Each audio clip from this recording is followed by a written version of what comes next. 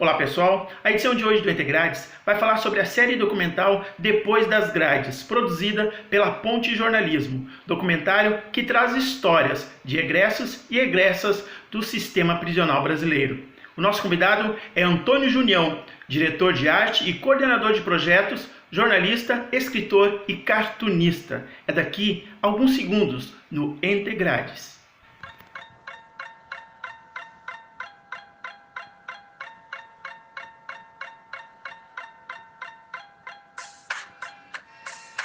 Em 2006, eu falei, chega dessa vida. Eu sempre deixo claro isso, que a minha entrada no crime, ela não teve a ver com falta de oportunidade, com falta de acesso, de educação, de condições financeiras. Não foi isso. Eu acho que o que fez com que eu entrasse no crime foi o fato de ter ido muito cedo para a rua, porque a rua era meu ambiente de acolhida. Você vê, minha mãe morreu na rua, mendiga, moradora de rua. E hoje o trabalho que eu faço é com essas pessoas. E quando eu abraço uma daquelas pessoas que eu falo do amor de Deus, que Deus muda, que Deus cura, sara, liberta, é a mesma coisa como eu estivesse abraçando a minha mãe, sabe?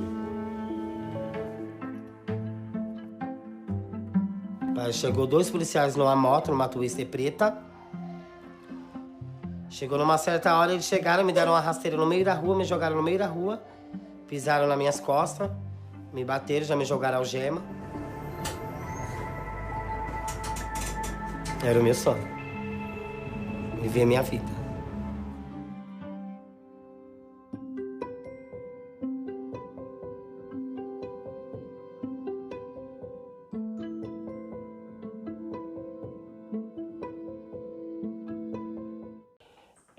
A Ponte é um veículo que tem especializado na cobertura de assuntos ligados a direitos humanos, justiça e segurança pública, né?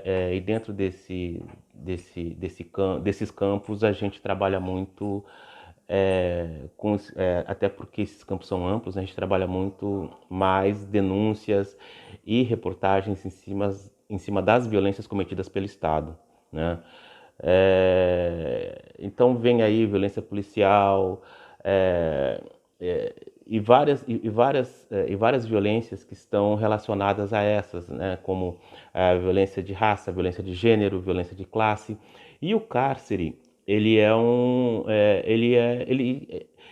está dentro, né, o sistema carcerário ele está dentro, ele está incluído dentro dessas violências, né? Então a gente sempre trabalhou muito com a questão de quem é preso, né? De como é preso, porque assim, a pessoa encarcerada hoje, ela tem classe, ela tem raça, ela tem gênero, né? Ela tem território, né? A população mais vitimada é a preta, pobre, periférica. Então a gente gosta de discutir muito, né? Gosta de discutir muito esse assunto porque é algo que não tem, que a sociedade discute muito pouco, né? E a questão dos egressos, ela tá incluída porque a gente discute o cárcere, né? Porque a gente discute como a pessoa entra, o porquê que ela entra dentro do sistema carcerário e a gente também discute como ela sai, né? E como o cárcere, né? Como o cárcere influenciou e impactou na vida dessa pessoa, né? Porque a sociedade, por exemplo, no senso comum, as pessoas acham que uma pessoa ela é encarcerada e depois que ela entra dentro do sistema ela some, né? Mas não, essa pessoa sai, ela sai, ela tem sonhos, ela vai voltar a viver socialmente. Então, como que isso acontece?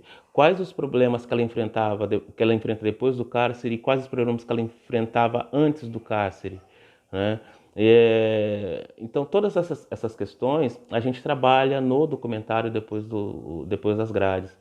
Porque a gente sempre fez matérias, né, e reportagens em texto, mas a gente sentia a necessidade de explorar um pouco mais e um pouco mais a fundo na vida dessas pessoas, né? Então foi daí que nasceu a ideia de fazer esse documentário, contar histórias de pessoas que, a gente tem apresentado nos episódios do Depois das Grades.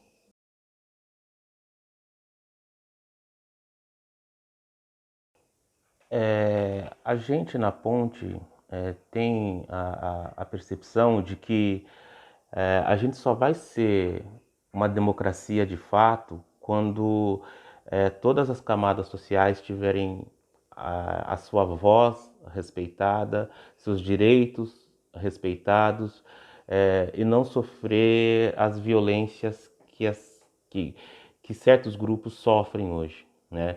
Nós somos, ainda somos uma sociedade racista, machista e classista, e enquanto a nossa sociedade tiver respeitar direitos de uns, mas não respeitar direitos de outros, a gente não chega a uma democracia, né?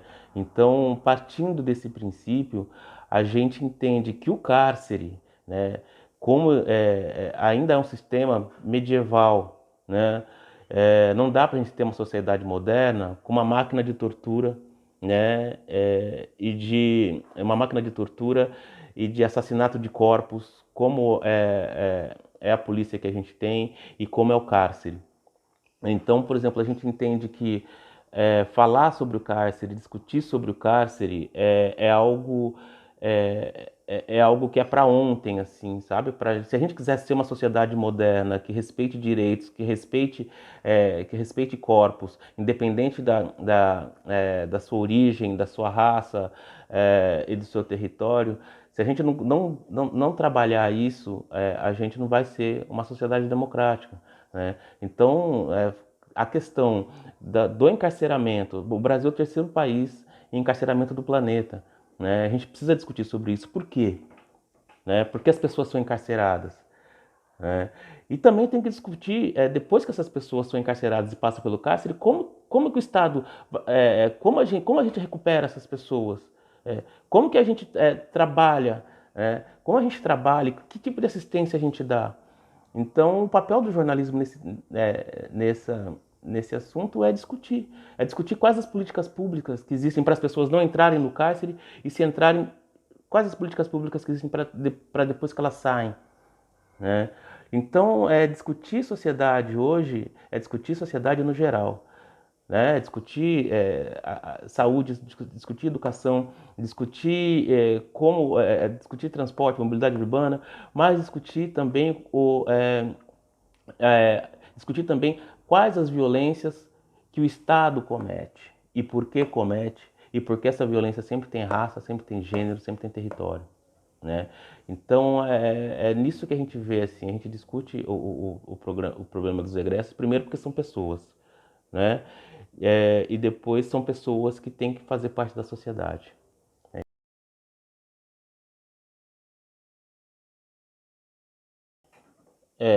O preconceito, né, o preconceito e as violências que os egressos sofrem após a vida ao cárcere, a gente entende que na verdade é uma violência que eles sofrem não só depois do cárcere, eles nascem a partir do momento que que as pessoas nascem, entendeu?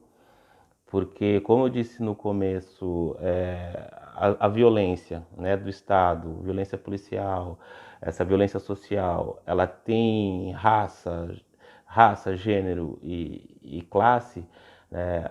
As pessoas mais marginalizadas, né, as pretas, pobres e periféricas, elas sofrem isso na pele, né? Então, esse racismo, essa exclusão social, essa falta de acesso aos serviços do Estado, essas pessoas não têm antes do cárcere, né? Essas pessoas não têm acesso à saúde, à educação, a um sistema interessante de mobilidade urbana, elas não têm acesso e não têm acesso como se formar ou entrar no mercado de trabalho qualificado, então elas estão sempre no subemprego. Então essas dificuldades que as pessoas têm antes de entrar no cárcere, depois do cárcere, elas continuam e com um carimbo pior, né? Com um carimbo de quem passou pelo cárcere. Porque o preconceito com pessoas que passaram pelo cárcere é enorme, né? Então, os preconceitos, assim, na verdade, é só uma extensão dos preconceitos. Obviamente que se o egresso ele é uma pessoa branca, isso a gente discute bem no documentário, nos episódios, os próprios egressos entendem assim, se a pessoa é branca, entendeu? E é de classe média, ela vai sofrer menos que uma pessoa negra, negra pobre. Né? Isso está no documentário, os egressos falam isso. A gente entrevistou uma mulher branca de classe média que fala isso. Né? Tem especialistas dentro do documentário que falam isso, inclusive um dos diretores do sistema carcerário, ele fala isso. Né, quais são as apostas, as chances, né, da pessoa ela progredir após o cárcere. Existe uma diferença entre ela ser branca e ela ser negra. Né? Então, os preconceitos eles continuam os mesmos de quando a pessoa, de antes da pessoa entrar no cárcere. É que depois que ela passa pelo cárcere fica pior, porque dela tem essa marca, né?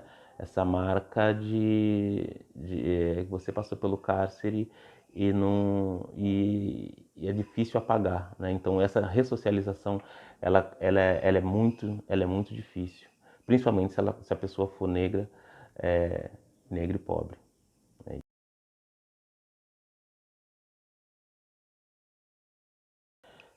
O grande desafio para produzir essa série foi a questão dos fundos, né? Porque o documentário não é algo simples de se fazer, você precisa ter recursos financeiros, né?